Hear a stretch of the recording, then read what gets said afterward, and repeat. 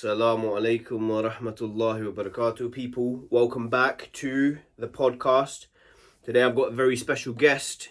A lot of people will know him, especially if you're from the local community, Brother Harune Akhtar. Assalamu alaikum wa rahmatullah, brother. Welcome to the podcast. We're going to be covering a lot of interesting and very important topics today. Okay, so a lot of people will know Harune, but even myself included, we might not know his actual story. So this is an opportunity for the brother to share the insights and what his perspective is on the entire situation of his life and upbringing. So without further ado, let's get into it, bro. How do you want to kick off, bro? Do you want to give a little intro on yourself, or should we start off with your background, bro, from childhood? We'll start off with intro. I'm Harune Akhtar. I'm 28 years old, from West London, Hounslow. Grew up here my whole life. Been about a while. There's a few things that people don't know about me, that I suffer with mental health, that I've got a disability, just a few things in it. But go on, bro, whatever you want to ask, bro, just ask, innit? So going off of that, bro, let's start from, from the youngest ages where you can talk about what actually happened, like what did you suffer with and what caused the mental health issues and stuff like that. And really just be mindful to just speak up a bit, bro, because it's a bit... I don't really know what caused it, but when I was 13, 14... 15, I didn't know I had ADHD. Like, I knew I was different, but I didn't know I had ADHD. And then I got told to go speak to a counsellor at school. Speaking to a counsellor, got referred to CAMS, went there, and then they were like, yeah, you got ADHD. So I was like, okay, cool. And the ADHD, from my earliest memory, when I was in year 10, I must have been. Do you remember Mr. Hickman? Mm-hmm. I remember Mr. Hickman telling me off, and I was like... I don't know why, I got so angry, I shouted in his face, innit? And I probably went for it. I was like, don't tell me what to, and then obviously from there I was like, from remembering that, I was like, bro, I was a different person. And then, just carrying on with that, I got kicked out of school for a few things. Fighting, obviously, one of them. But arguing with people, another thing. But got kicked out of school, went to another school, went to Woodbridge, which is in Isleworth. There's a lot of people that go there with like anger issues. They get kicked out of school and whatnot. So I got put in there. Then I got moved up down the road near Zion, near Green School. There was a school there called Woodbridge as well. So I went there, which was smaller class sizes, so it was more easy to concentrate. But just from there onwards, my ADHD was still there, but I was maintaining it. And then I went to college and I started like feeling a bit sad and whatnot, and I didn't know what it was. Turned 18, felt very depressed. I don't know why. And then I went into Lakeside because obviously they were like, we want to see you, we want to see how you're doing. They diagnosed me with borderline personality disorder and depression. And then you got anxiety as well, and then you got ADHD. So all four of them kicking together, it's a whirlwind of emotions. It's very hard to describe, but it's very, very hard that back then to cope with. Now it's a lot more easier. So from school it was ADHD. When did you get diagnosed with that? 14, 15? 15, yeah. So that's about year 8 or year 9, yeah? Yeah. And how was school? How was your memories of school, bro? Good, bro. Enjoyed it? Yeah. And then what you were getting into fights? What happened? I don't know. I was getting into a fight with everyone. I don't know why. I just thought year 9, year 10, I thought I'd fight everyone. Got into a fight with a few people, a few brothers as well. I got into a fight with. I don't know why I'm fighting you, but I'm going to fight you. Yeah. But it was just that, bro. Because you did say there was some anger issues. Yeah. I don't know what built it up. It was just there. It was just there. And was that at home as well, or was it just in school? No, just in school. Just school. But And then with regards to education and studying, how was all of that? Did you... Yeah, it was okay. A bit difficult, but you just have to balance the two. Subhanallah for my mum, and Jazakallah for her, because she obviously knew how to like look after me and control me, and my brothers as well. They do a big part. My older brother will see him especially, knows when I'm getting into a certain mood, he knows what to do, what to say. Like, yeah, let's go here, let's go do this, or here's £10-20, go do this, or when you get paid, go London for the day and whatnot, and then come home and tell him. But yeah, man, just having like a good family around you is the main key. Even though it is controversial being Asian and being in a with mental health and all that, our family, I think, reacted to it good because everyone knew that I had it young, so they know how to like grow up with me and whatnot. You mean like cousins and stuff as well, or just Yeah, your immediate family? cousins as well. Yeah, the whole family, to be honest. That's it. And how do you think school dealt with it? Did it help or did it make it worse? They would send you counselling back in the day. You used to go medical room, have a 1-to-1 for like 5-10 minutes, and then I'd cry, and then they'd be like, "Oh, okay. When you finish crying, go wash your face, go back to class." And I'm thinking, okay, you're gonna send me back to class. Might as well just do this every day. Okay. You know what I mean? Just get out for 5-10 minutes, innit? And then when it was maths, I'd be like, yeah, I've got a session. Oh, okay. So would you say it doesn't really help? Like, school's not equipped for it? I don't think schools understand what young people go through. And I don't think pupils understand what teachers go through, because it's a bit of a balance. And you don't think that, our teachers, they've got depression or anxiety or X, Y, and Z, because you're just there like, oh no, they're just teaching me, they're just going to chat. You know? That's a good perspective, actually, man. Because I never thought about it like that. Never did I. But when I got older, I was like, my teachers probably had that, but they didn't show it. They obviously know how to manage it. I remember one teacher, Miss Rizvi. She was deputy head in year 8, year 9. She taught me a trick. She said, get a paperclip, and whenever you feel angry, just break the paperclip. Okay. So she taught me that, and I remember doing that. So. And it helps? Yeah, it helps. Really? Oh, wow, bro. Good, nice. It helped back then. It's the small things that someone says. It's the small things that someone says that sticks with you for like years on end. Yeah. Imagine that. She probably thought nothing of it at the time, but to know that it's had such an impact on you. Or she knew that it might help. Yeah. Okay. And what's Lakeside, bro? Lakeside is a mental health unit. Okay. In West London, so it is behind West Middlesex Hospital. Oh, okay. So it's a mental health hospital there. And what was that after you got diagnosed with whatever else you said? Yeah. So as soon as I got diagnosed with whatever else, I just went there. And that was it, really. Yeah. And that was what, when you were 18, yeah? 18, yeah. And now, obviously, it's been about 10 years since then, mashallah. And how's things been since then? The thing I've learned is you struggle at the beginning, but then you have to mellow your way around life. It's like a roller coaster. You have to like go on it and then just ride it. It is a long process, but it's a good process. And you, how are you now? You know, in terms of like, are you still experiencing ups and downs, or is it yeah? I still now? experience ups and downs. You know, I couldn't argue with like a family member, for example. Cut that out.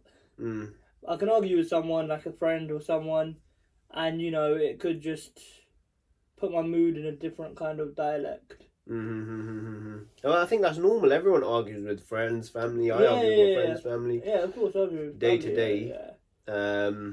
Okay, and then how do you feel like the Asian community? You said that, you know, mental health. You're saying that the mental health, the story that people say, or the way they portray it on social media and stuff, is not right. So what do you think? What's the issues with how we're dealing with mental health nowadays?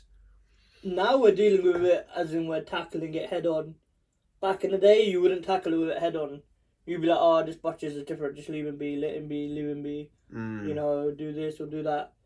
I think it's because in the Asian community, obviously our elders and our uncles and that, they probably knew what it was, but they would just sugarcoat it. Like, no, it's okay, put the drama on, you'll be okay tomorrow, you know. Trying to sugarcoat it for us instead of explaining what it is. But yeah. I think, that's how the older generation in the Asian community, they don't really know about mental health, to be honest. If someone has depression or someone has ADHD, or they'll just say, you know, it's all new stuff, you know, we didn't hear about this back in our day. Yeah, it's because I think it's because they don't want to address the elephant in the room. I think they don't know how to address the elephant in the room, in a sense. I guess it comes down to the education of the because it's not just something it's not something you can just fix by saying, oh yeah, if you're depressed, Yeah. and someone says, why are you depressed, just be happy, that's not going to make a difference. Yeah, exactly. You're like, well, that's not how it works. You know, there's ways of doing things, and there's way of dealing with a lot of emotions. You know, and it's quite easy for someone to say, yeah, it's okay, just, you know, you'll get over it, but you will listen to that and be like, this person's a dick. I don't really want to talk to that person. That person don't know what they're doing. I know what I'm doing. I'm doing the right thing. Or if I'm doing the wrong thing, someone will tell me I'm doing the wrong thing. But then the people that tell you you're doing right or wrong are the people in that community of mental health. Okay, yeah. So I found this out a couple of weeks ago, a month ago. I was doing a program called the Blue Prescribing Program. It's a good program. It's 6 weeks, 6 Tuesdays, but they explain to you about how to be one with nature. Okay. But I found that out through my art therapy. Oh, okay. Yeah, because I was on a waiting list for about 2 years to do art therapy. Oof. Wow. Yeah, long list. And I finally did it, and my art therapist, Tanya, referred me to it. And it's honestly one of the best things that I've done and experienced. And the thing with doing it, when I did it, was summer, it was quite hot. But then obviously with nature, you don't really think nature is one good thing about it. Like, I knew in my head that I'll go for long walks through Hounslow Heath, for example, or I'd walk from here to Isleworth and just walk back, or just do a long walk. You know what I mean? But yeah, man, that's just it. Like, I think people need to be one with nature. You find walking helps, yeah? Walking helps, yeah. Yeah, I found that as well. Walking is very beneficial. I don't know what it is about walking. It's just you're getting out, fresh air. That's it. Getting the sunlight, seeing the birds, the trees. Exactly. Little animals, you know what I mean? Is that something you incorporate into your routine then? Yeah. Walks. Every day? Or? Every day. Okay. Go for a long walk. Go for at least half an hour walk. Yeah. Early in the day, later in the day?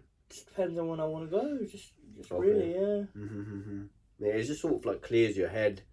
And what I find is that, you know, if you've got like a really cluttered mind, you go for a walk and everything just seems to like calm down. It declutters, isn't it? Yeah, 100%. You do that second or two to go, oh, okay, yeah, I was in the wrong, or oh, I could have done this differently, or I should have done that differently. You know, it just all declutters in a way.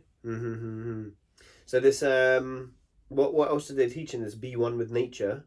They taught you, when you're feeling like you're going to get in a situation, take steps in how to prevent yourself from being in that situation. You're going to be in that situation regardless, but how to deal with it better than in a good way than in a bad way.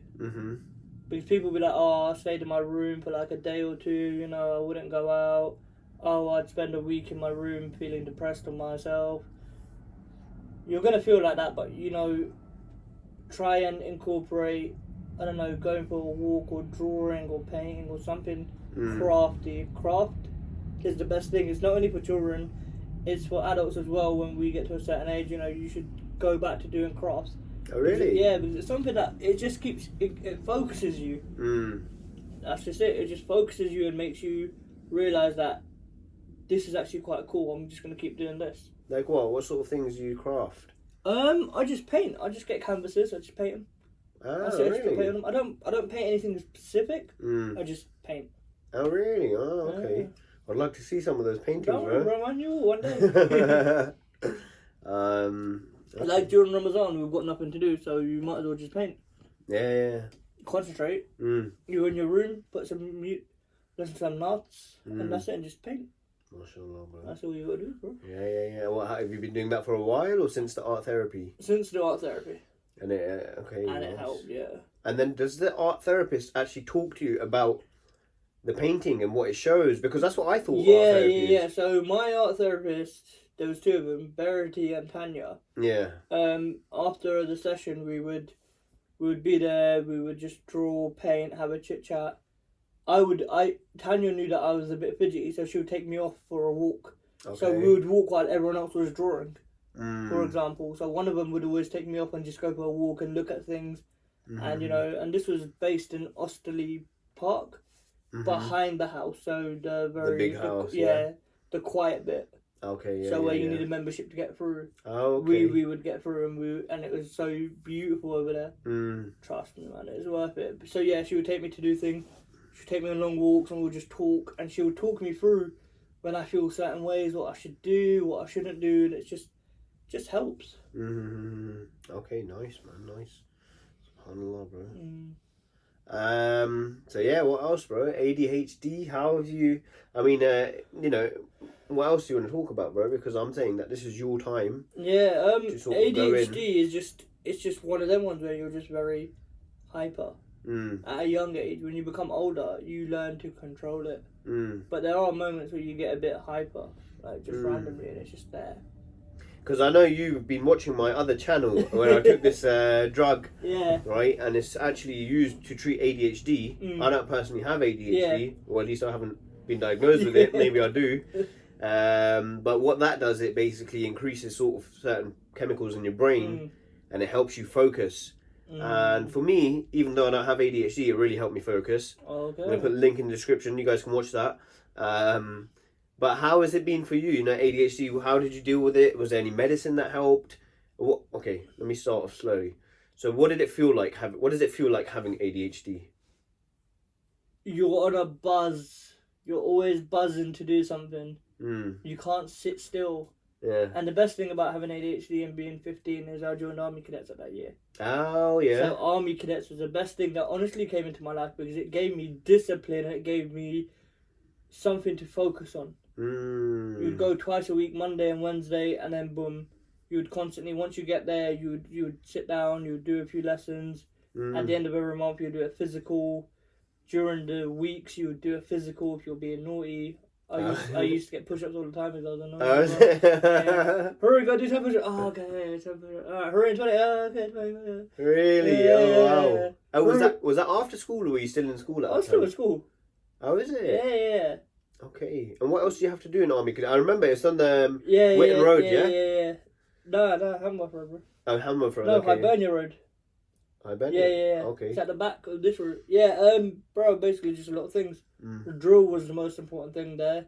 So you would constantly do drill, you would constantly be talked about tactics in the field and whatnot. Oh, wow. You would go away on weekends, company weekends, first aid weekends, and every summer you go away for annual camp, which are 2 week summer programs. So you go away and you do a lot over there. You do a lot of stuff over there than you would do in your normal unit. We were lucky enough to have a shooting range, so we would shoot every now and again. Nothing exciting, just old 2.2 rifles. Yeah.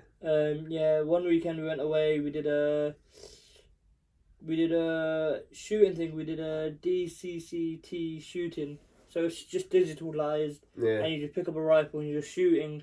But then there's like 30 of you in a row just shooting the same thing. You're all just constantly shooting, and it was just fun. Oh, that sounds sick, That's man. how you end the weekend, bro. Yeah. And it builds in a lot of discipline, and you know. Of course, yeah. It makes you. It helped with my ADHD quite a lot. It tamed me. What made you go there, though? Did someone recommend it? Yeah, just one of my mates. She said, "Do you want to go? I'm going Army Cadets. You want to come?" I said, "Oh, I like the uniform. Yeah, come get one." Alright, cool. Yeah. I remember I seen you in the uniform, Yeah, actually. Because I remember I saw you once walking down the road. Yeah. Okay. So ADHD feels like your mind is like sort of on fire, Your mind is, you can be doing one thing and the next minute you don't know what you're doing, you just zone out. Okay. And it could be something important. Yeah. Like schoolwork. Schoolwork. Like when I went away and did first aid, I was meant to do first aid on someone.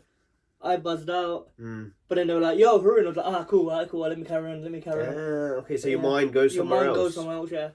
And do you know where it goes? You just wonder. You just daydream, as they say. Okay. It's a constant daydream. Yeah. Okay. So it's sort of two things. So you've got a lot more energy, so you want to do some stuff. Yeah. And then you start doing it, but your mind wanders somewhere else. Yeah. Okay. And then Army Cadets helped. Yeah. Because it helped you focus your energy somewhere. Yeah. And then what else? What about the medicine aspect? Does that help, or is it? It did and it didn't. I was 2015. I was on Concerta for, I would say, 6 months. Okay. But within 2 months of it, a month of it, I said, "This is not doing anything. I'm not feeling anything." Really? They said, "Okay, we're gonna hide the doses." Yeah. So I went from 50 to 150. Oh wow. That big leap. And then I felt so many side effects. Really? Yeah, I was not eating. I was eating, but I weren't eating. Yeah. I was not sleeping. And when I was sleeping, I was only getting like 4 or 5 hours. Yeah. I was hearing voices, Mm-hmm. which is a mad side effect. Yeah. And you would see things that are not there, and you're like, whoa, wait. Hallucinations, yeah? Yeah. Give me 1 sec. Let me just see what Concerta is. Yeah, bro. Concerta is methylphenidate. Okay, so it's Ritalin. Sorry, that one Concerta. That was Sertraline that was on. Oh, Sertraline. Sorry, Okay. when I 2015, I was on Sertraline. Yeah. And that was the worst drug, worst antidepressant to ever go on, because there were so many difficult side effects that were happening with it, and your mood was altered. Like you don't want to do anything. You're just sitting there. On Sertraline, yeah. Yeah, on Sertraline. So Sertraline's SSRI. Yeah. Selective serotonin reuptake inhibitor. Yeah. And it was really bad. Really bad. I had a bad time on it.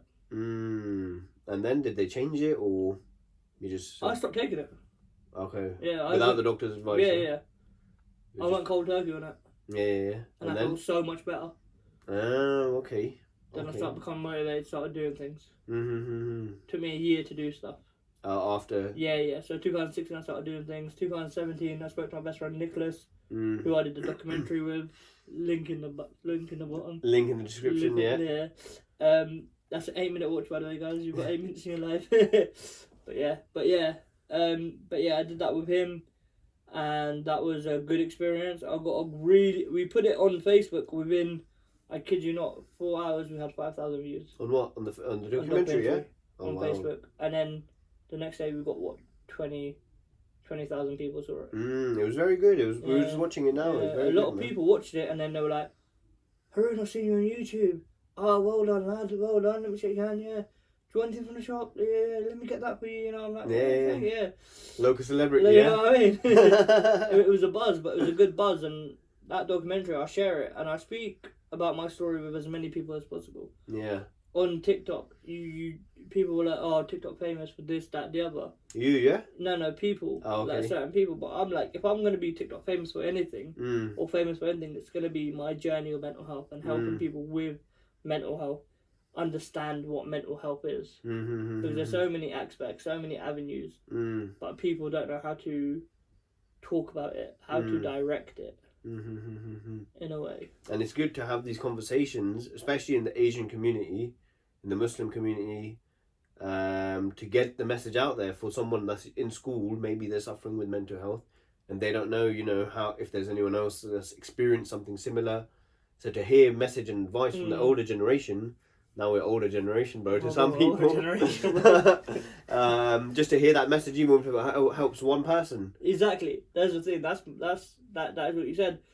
If I can help one person, I've done my job. SubhanAllah, I've done my job. MashaAllah, bro. MashaAllah. You know? I mean, what would it... so, for example, when you were in school... Yeah. You probably had that. Did it ever feel like, is there no one that understands? Yeah, I thought no one gave a shit about me. No one cared about me. No, they're just saying this, they're just doing this, I don't know what they're doing, they don't care, they don't believe in me, they don't want me to do that.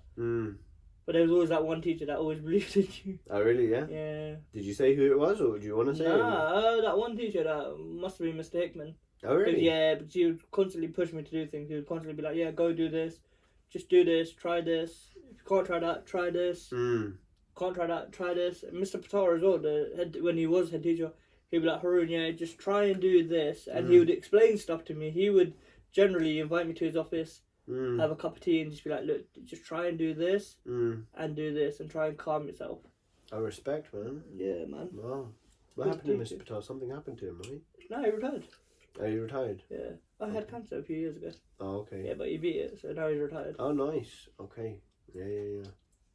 Okay, cool. So we got to the point where you joined the cadets. You started the SSRI, Sertraline. What else? Anything else? Any other medications? Any other interesting things that helped? Going in timeline order, so cadets and Sertraline happened in 2015, 2016. No, cadets happened 2010 to 2013. Oh, okay. And then 2 years after that, Sertraline.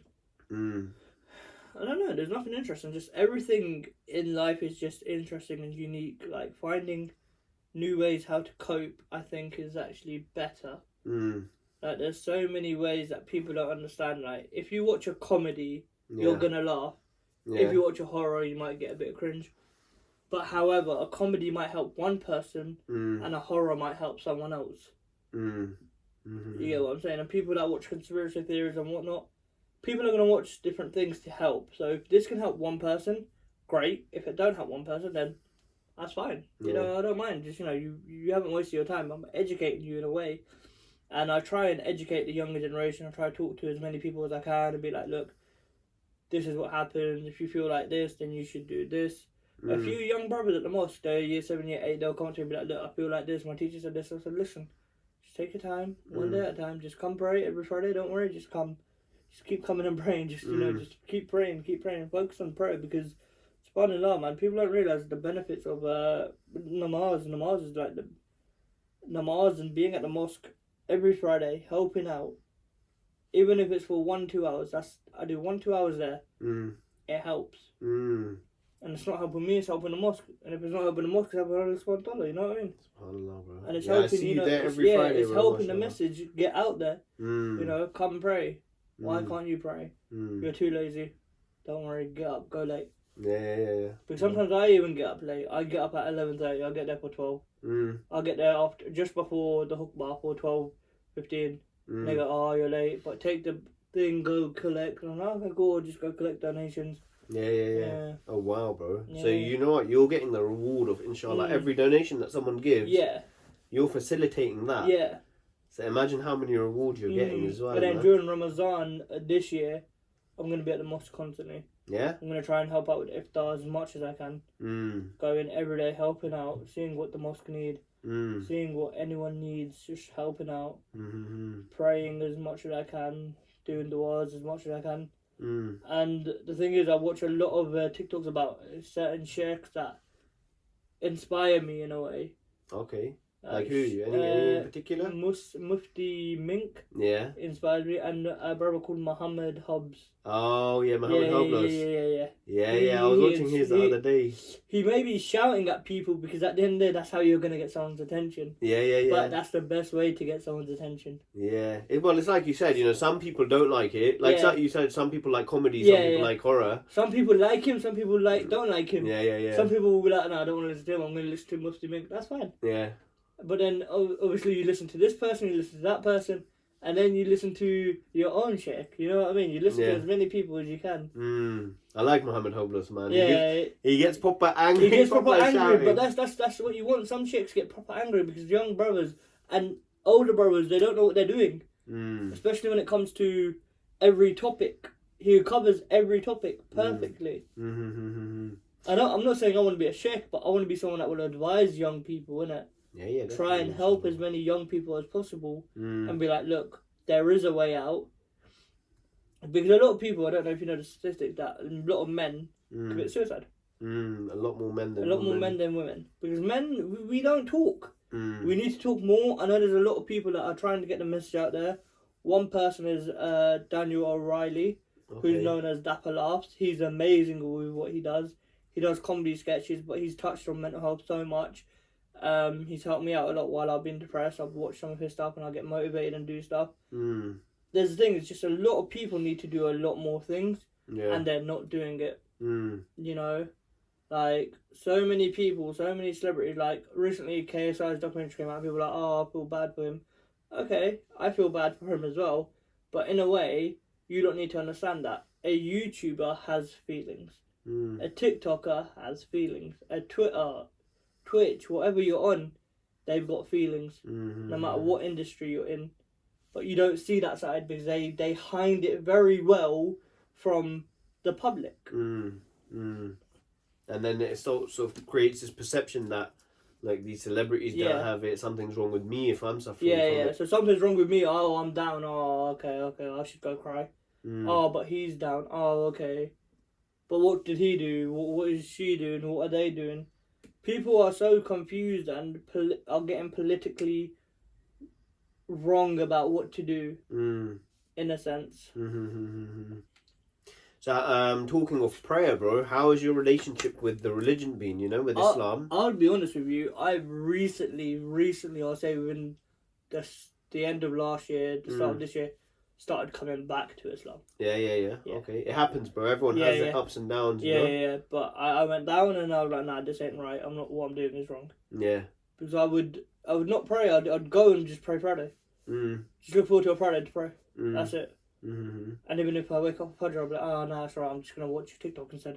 Yeah. For like an hour and then go back to sleep. Yeah. You know, I people fall in and out of relationships with namaz. A lot of people as well, a lot of Muslims I've seen and I know of, started obviously drinking alcohol, using drugs and whatnot. And I just look at them and I'm like, look, we both come from the same place, but you've gone this way. Why couldn't you have gone the same way as me? You know, I'm going to try and guide you.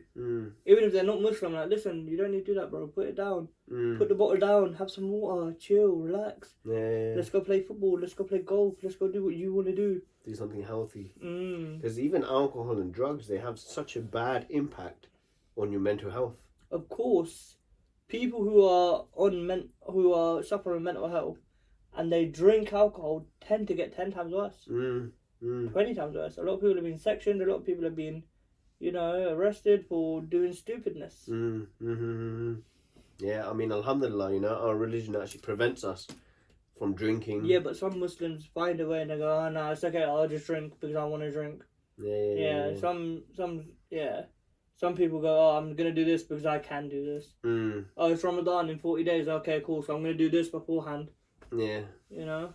Yeah. I mean, you know, we're all on our own journeys. Like, inshallah, you know, we pray that we are on the right path and that everyone else is on the right path as well.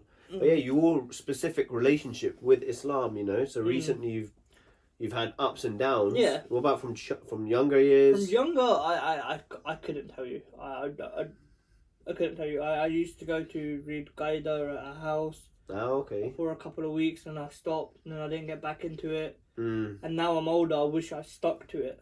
Yeah. You know, because a lot of brothers have benefited from because they listen, they read. You know, I'm going to start reading the Qur'an, inshallah, for Ramadan. I'm going to read the whole Qur'an. That's my end goal. Or listen to as much Qur'an as possible. Sit in the mosque, listen to people read Qur'an. They're doing one every day, I think, before Maghrib. Yeah, I know. So I'm just going to go there, listen to it. But it's beautiful. What people don't understand is the sound of listening to someone making a dua or just reciting the Quran. I remember when I go into mosque on a weekend, I recently went in because there was a janazah.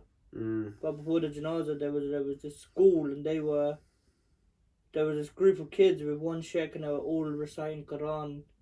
Different verses, but it sounded so beautiful. It sounded as one.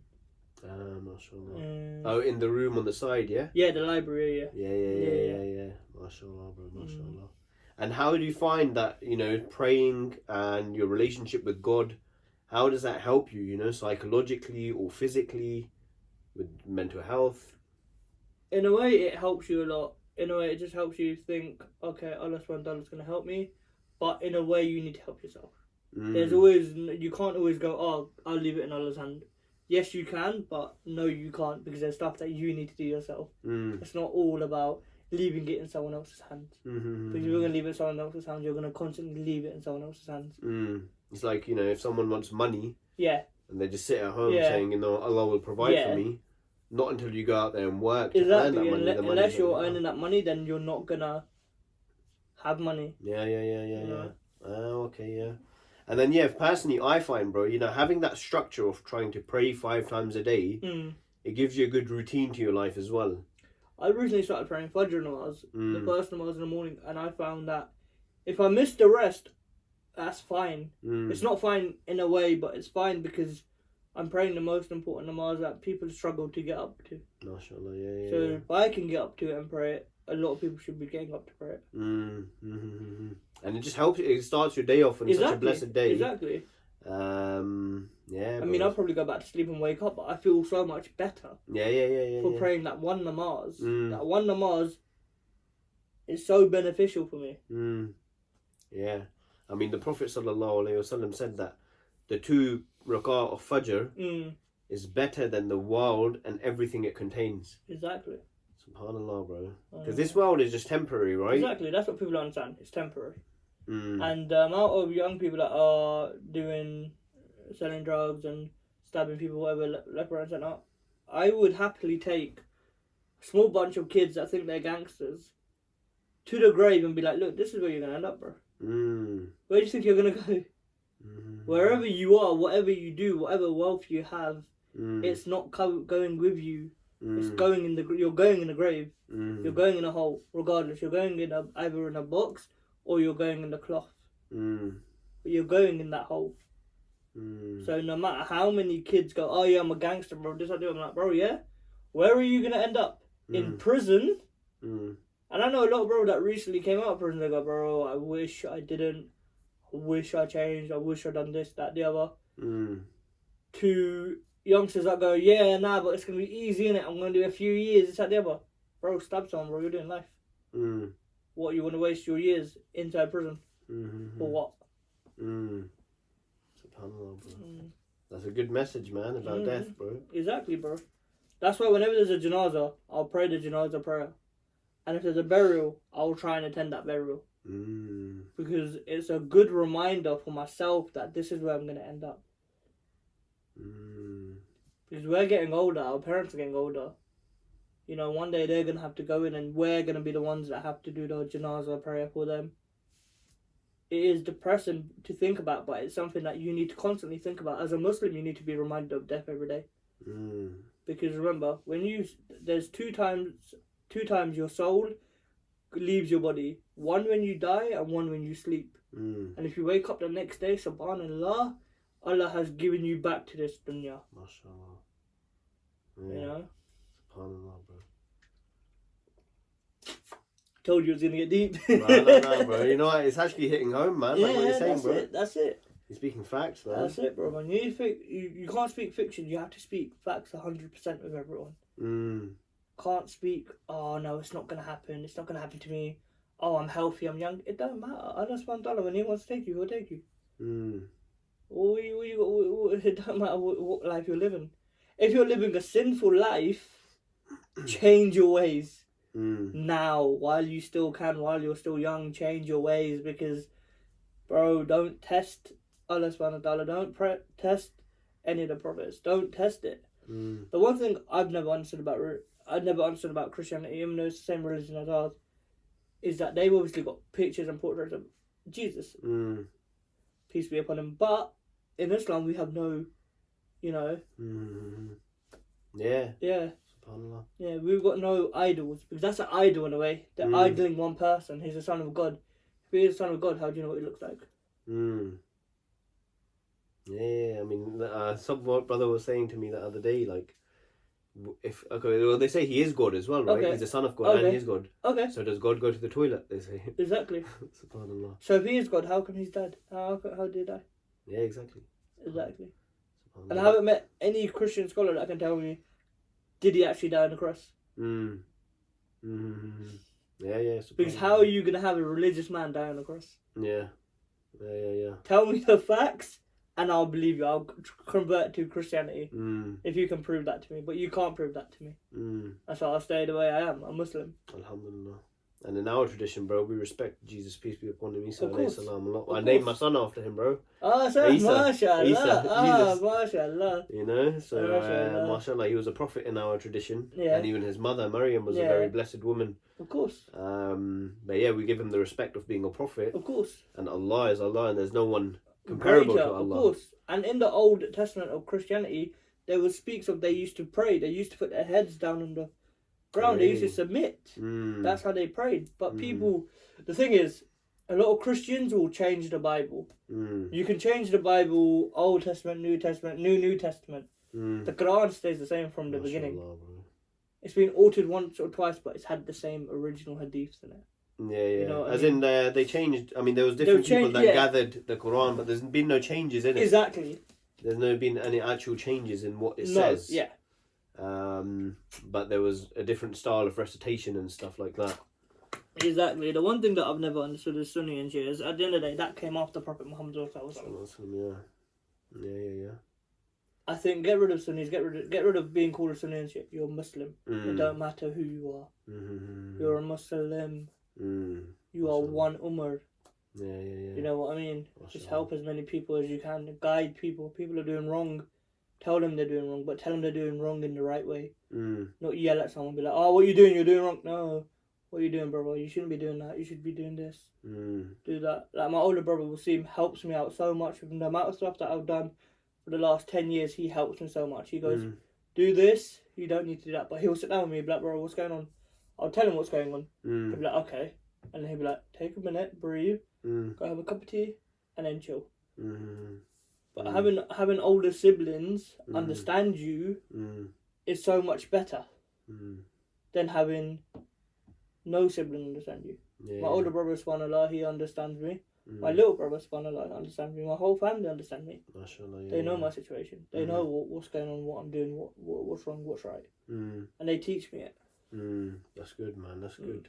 What's your perspective been on, so obviously now if you're a religious person and there's all of these conditions that someone might experience, mental health issues, ADHD, bipolar or personality disorder, then someone might turn around and say, why is God doing that? That's not fair. You can't always question God. You can't say, oh, Allah subhanahu wa ta'ala, why are you doing this? Thank you. Thank him for doing that. You're different. You're unique. You've got these conditions. Allah's blessed you with this condition. Mashallah. Don't think about it as a negative way. Think about it as, okay, he's giving me this. Because he says that, Prophet Muhammad says he will challenge those who need to be challenged. And if you don't feel like you're challenged, you're not challenged. He tests those who he loves the most. Exactly. So I've been tested a whole lot of the times. The amount of janazas I've been to, burials I've been to, things I've been to, depressing things, there's so much that has gone on that, subhanAllah, that I've made it this far. SubhanAllah. And I want to make it further. I want to keep going. Yeah. I've just started my journey, you know what I mean? Yeah, mashallah. I mean, we're in the middle sort of generation now, right? Exactly. We're in that generation where we know where to go, but we know we need to help. Yeah. If we knew this when we were younger, bro, I would have been best friends with everyone, you know what I mean? Instead of fighting. I'm not going to fight you, I'm going to argue. Wow, bro. Mashallah, man. Mashallah. No, it's a good message, man. Especially, especially about death, bro. Because it's very easy to forget about death. Of course. And we get caught up in this world and, we think it will even... And it actually really helps with mental health conditions. So, obviously, myself, I mean, I've experienced, times where I felt a bit more depressed than normal. And just realising that, look, this life is just temporary. Yeah. And the value of this world is not much. Everything is about the akhirah, Yeah. When we're going to go to Jannah, The year inshallah. after, yeah. So it makes the value of it makes your problem seem a lot smaller. Of course. Because this dunya is just a test. Exactly. And this podcast is very good because it's going to come out before Ramadan, inshallah. Inshallah. And then when people watch this and it's Ramadan, they're going to keep watching it. Inshallah. And they're going to be like, oh, wow. Like, this brother's right. If people come up to me in the street and they go, Harune, I've got a problem, I'm like, yeah, what's up, bro? Let's go for a coffee, let's talk about it. What do you want to talk about? If it's Ramadan and you've got a problem and I'm at the masjid, come sit with me and talk to me. I'll sit there, I'll listen to you, I'll be like, what's going on? What's the problem? Why are you upset? Talk to me. I'm here to talk to you. I'm here to advise you. I'm not here to shout at you and tell you, oh, you're doing wrong. No. Recently there was a TikTok. There was a recent TikTok from the masjid because they're doing TikToks now. There was one where it was your father gets a phone call from school and then someone goes in, the father shouts. Instead of father shouting, they should just listen. Mother should just listen. Be like, what's your side? What's going on? Instead of yelling, because the first thing that parents do or adults do is basic instinct is to yell instead of going, hold on a minute, what's going on here? Why did you do this? What made you lead to this? Why do you feel like what's going on? School is a big part of everything, but your anxiety, depression, I don't want to hear it from school. If it is in school, then I understand. But it comes in and you become into that big bad world. When you go to college, when you go to university, when you start finding yourself, then you start questioning things. You're like, oh shit, what's this? What's that? Am I doing right? Am I doing wrong? So I know we said we're going to go into some of the mental health issues in a bit more detail as well. Yeah. So you've just mentioned anxiety. Mm. So what have you experienced with anxiety? I mean, millions of people experience anxiety. To be honest, when I get anxiety, when I feel a bit anxious, I'm like, okay, why do I feel like this? Before I'd be like, oh, I'm feeling anxious, I don't know why. I don't know what's wrong. What should I do? Oh, I don't know what to do. Who do I talk to? Because being Asian, you're not going to go to your brother. You know what I mean? Even though your brother's there or Muslim brother, you're going to go to strangers or someone else and be like, look, this is a problem. I don't know how to deal with it. And now I can just go to my brother and be like, yo, this is my problem. What should I do? Nice. Or I'll go to the sheikh and be like, sheikh, I feel anxious because of this. What should I do? Can you guide me? And they're there to guide you. They're older brothers. They're there to guide you and tell you, this is what you need to do. This is how you need to do it. Okay, so is that what has helped you? Listening to the older generation? Listening to the older generation, yeah. And the younger generation. Okay. Because there's some TikTokers that I watch. And their stories about, I know someone that has Tourette's. And listening to her journey and how she did it and how her mum copes with it. And her mum like helps her. It's just so good to hear that at a young age. It's inspiring, and we all need to be inspired to do things. You know what I mean? There's so much that people want to do that they just need to get out and do it. This podcast, do you see what I mean? I just text you and you said, "Yeah, let's do it, bro." You know what I mean? Subhanallah, we did it, bro. Alhamdulillah, bro. Alhamdulillah. It's a good one, man. Bro, we're gonna do more, bro. Inshallah. I'll be on the channel again. Don't worry, bro. Yeah. Come on, man. We'll get a little series going, bro. Yeah, so I don't know. I don't want to linger too much on the specific issues if you don't want to, bro. No, go for it, bro. But because I think it will help actually people that to understand. Let's linger. And myself as well to understand, because I do like, I'm a biochemist by background, and I do like to understand how it's experienced by people, and then what sort of things you do to tackle it. So now we mentioned ADHD. So did you ever get Concerta or no? Yeah, I got Concerta.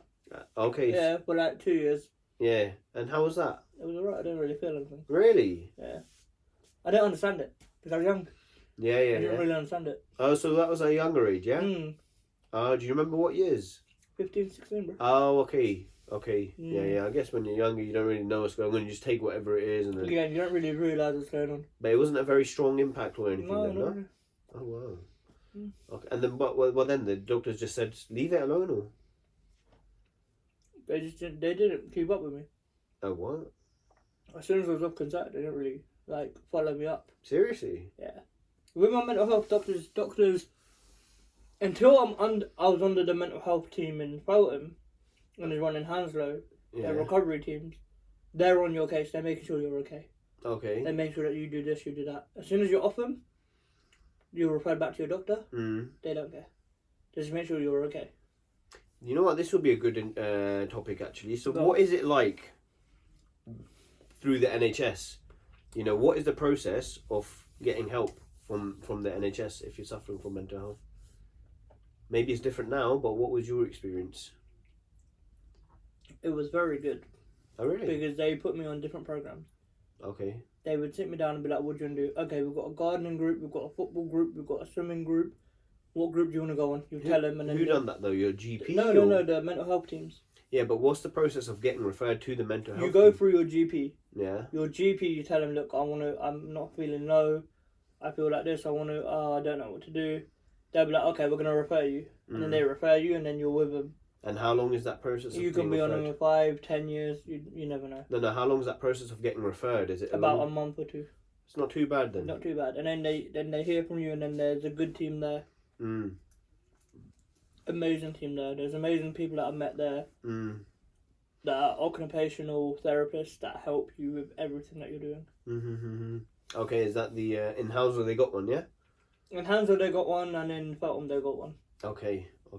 So they're the ones who are. Oh, but who prescribes the medications then? They have doctors there as well. Oh, okay. Yeah, so their doctors are specialised with mental health, so they will tell you to take this or take that. And they're the ones that keep up with you if you stop, yeah.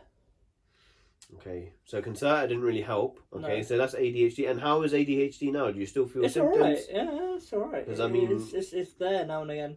Because we've been talking for nearly an hour straight, bro, and everything's all. That's it. It's just there. It's there, but I think it's certain things that can trigger it. So it's certain chocolates that can trigger it. Really? Yeah, it's certain foods that can actually trigger it. Oh, that's very interesting, bro. Certain fizzy drinks can trigger it as well, so I'll try to take them less. Like what? So cherry Coke. Cherry Coke? Yeah, triggers it. Dairy milk plain triggers it. Yeah. But did you know this about ADHD? You know when you take coffee, Yeah. it makes your brain react normal. Okay. Act normal. Yeah. It's waking your brain up. Mm. So when you have an energy drink, your brain is actually waking up.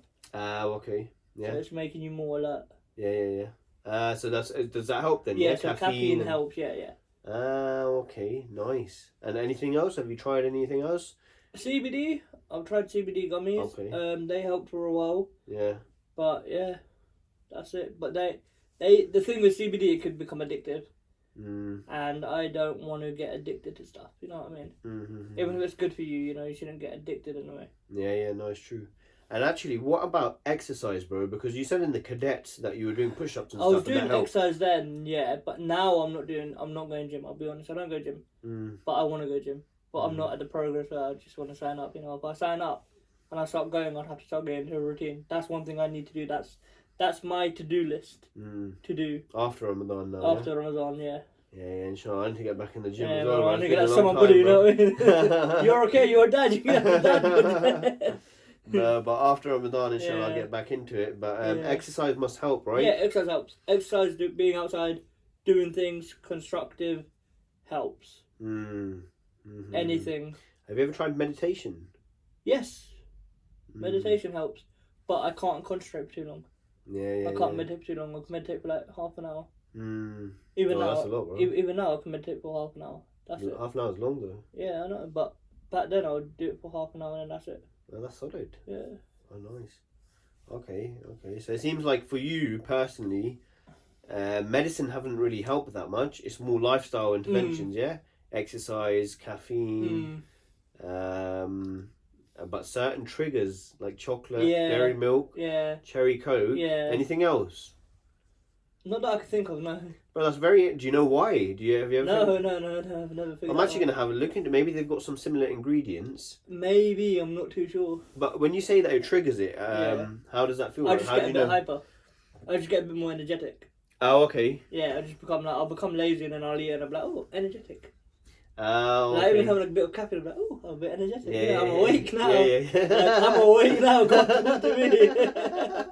I'd have them before I go to gym, like, yeah, boy. But yeah, that's it. As soon as I become energetic, I'm like, yo, I'm awake. What's up? Subhanallah, bro. Yeah, man. You gotta love caffeine, innit? What are you gonna do in Ramadan, bro? No caffeine. Bro, I'm gonna have it at Siri. I'm gonna have it iftar. That's it. Like, bro, don't want to do it. Don't have too much before Tarawih, bro. You're gonna be doing a madness in Tarawih, bro. That's fine, man. I'll be there praying Tarawih. It'll make me pray more Tarawih, innit? Yeah, same. No, definitely, bro. Caffeine before Tarawih, bro. It gives you that little buzz, especially because you haven't had anything all day. Yeah. And you have that. I used to have Lucozade, bro, and it used to give me a little buzz, like get you ready for the Tarawih, bro. That's it, bro. That's it. Or a cup of tea, or a cup of coffee. Yeah. Okay, bro. Just to keep the structure, right? Yeah. So we've gone through ADHD, we've gone through anxiety, depression. Okay, let's hit on it. Let's go, bro. What is your experience been with depression? It's been low. I've been really low. I've had no motivation. I think once I slept for 3 days straight. Yeah. As in actually sleeping or just staying in bed? No, sleeping. Oh, wow. Yeah, I'd wake up and be like, check my phone and that's it, go back to sleep.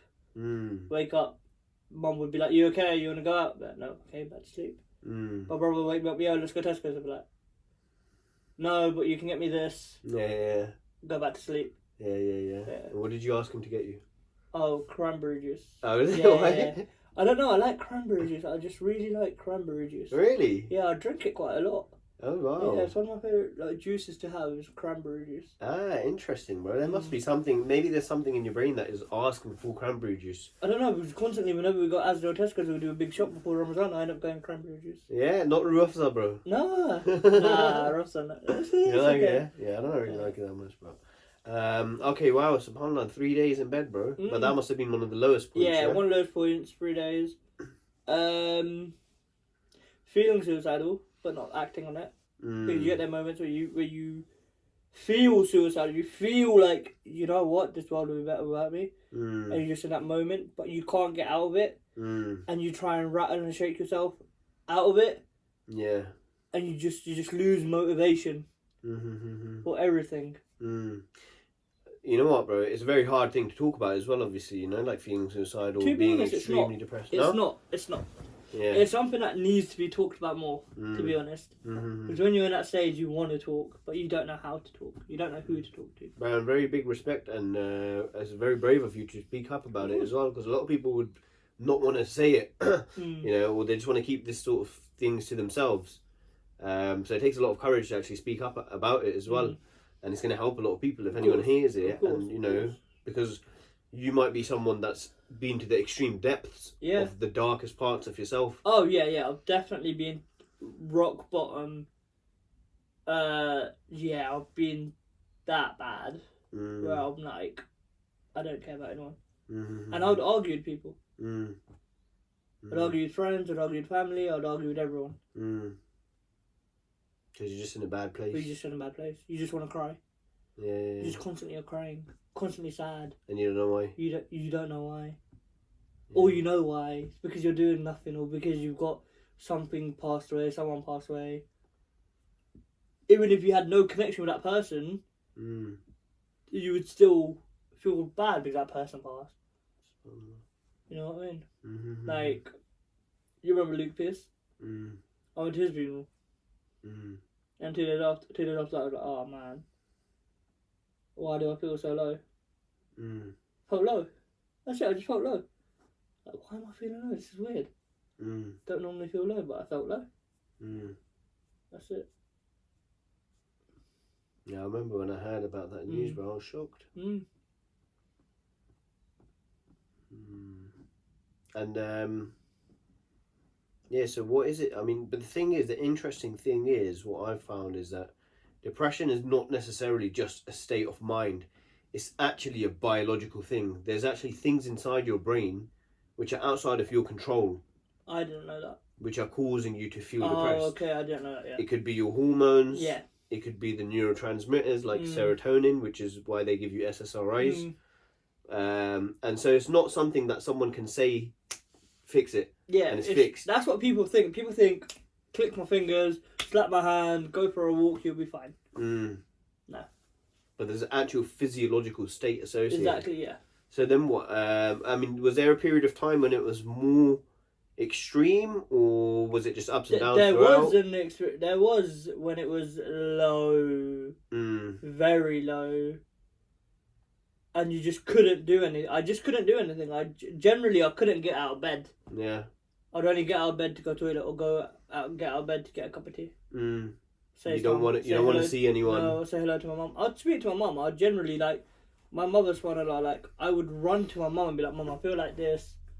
She'd be like, okay. She'd be like, okay, just relax, just go do this. She'll try and help me as much as possible.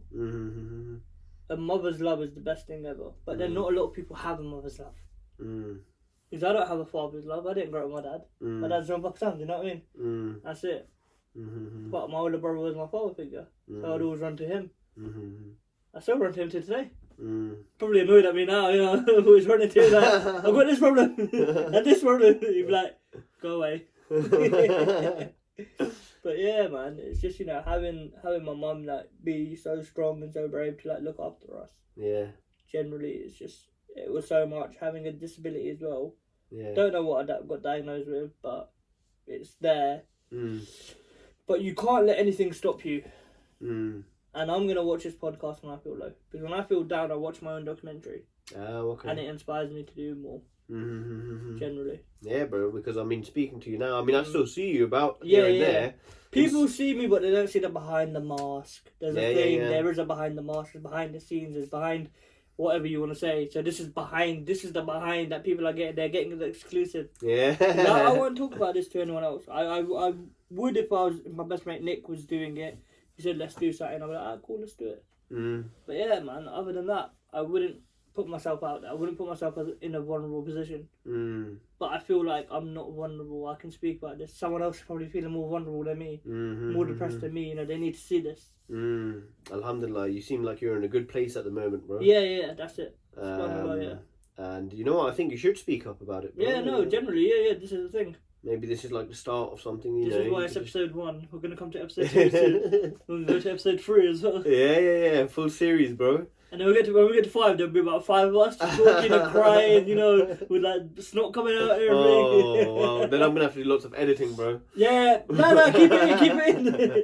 This is all raw, by the way. He only does it raw, bro. Raw is good. Edits. Except maybe we might have to cut some. Oh, no. We'll keep that in.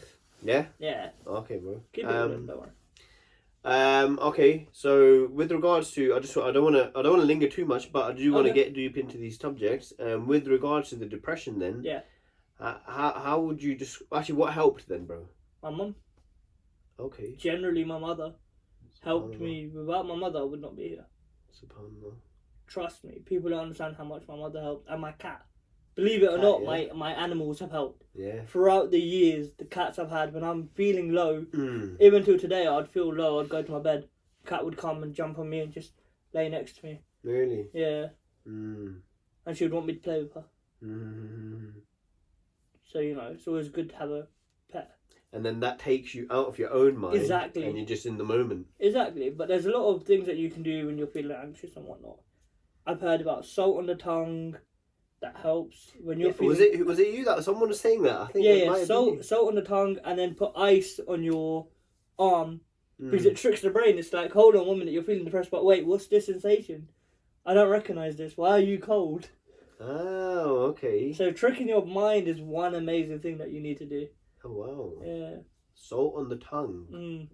I wonder why that would work. Because it's salt in it. It's very like, you know. Okay. Sour. Yeah. Something sour will make your brain go, what is this? Okay. I can understand the ice one. I don't know if you've looked into cold showers or cold water. Oh, I've seen it, yeah. But they say that's because basically what it is with ADHD, even with depression and anxiety, a big factor is dopamine, right? That's one of the neurotransmitters which is associated with your motivation, your happiness. I don't know any of this dopamine. I don't know big science stuff. I just know.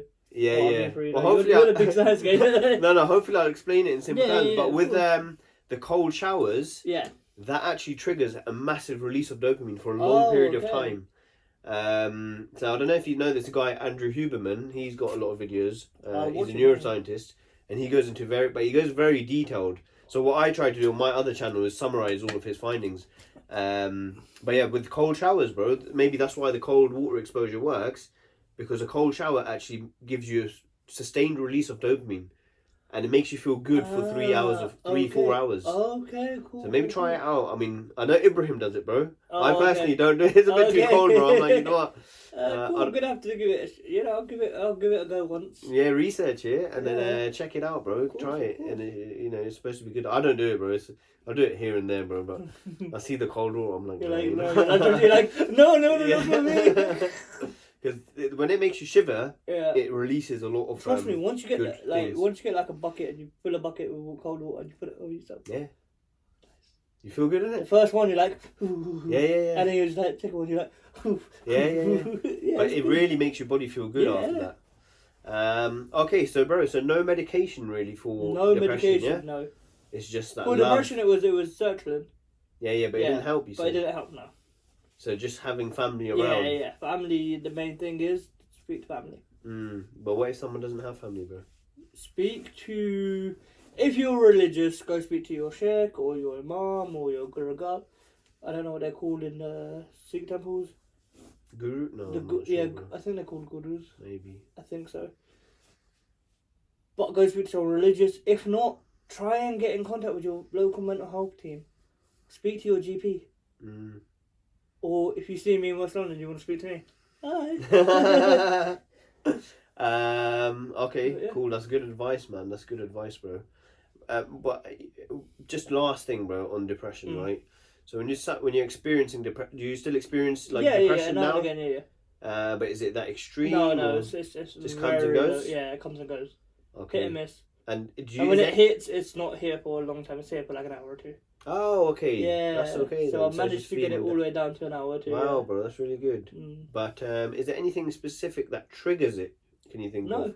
Or that did trigger it back then when it was 3 days Anything straight? that was sad. Okay. Anything that was sad, I'd argue with someone. Mm. I'd get into a fight with a cadet. I'd get banned from cadets for a week or something like that. Yeah. We'd trigger it.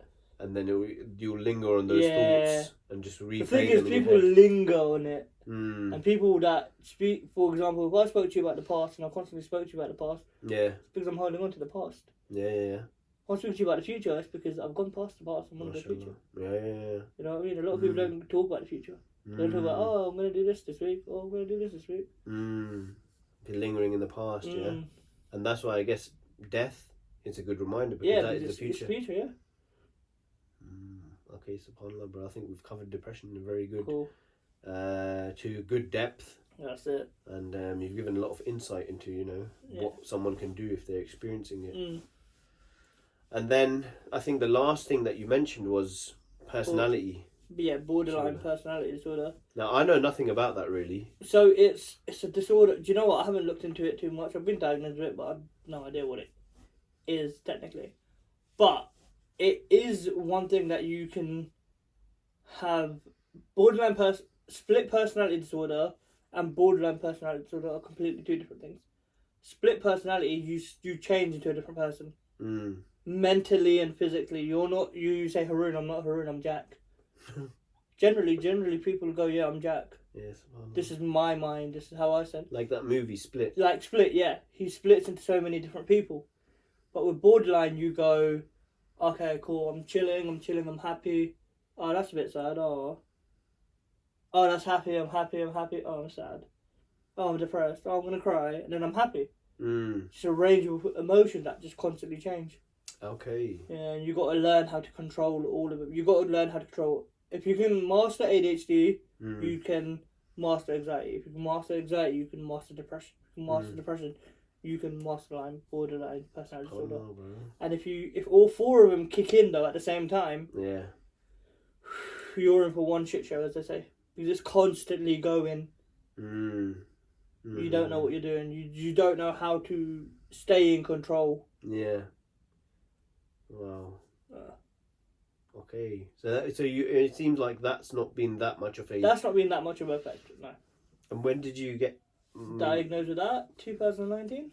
Okay, so it was not too long ago, but it's quite minor.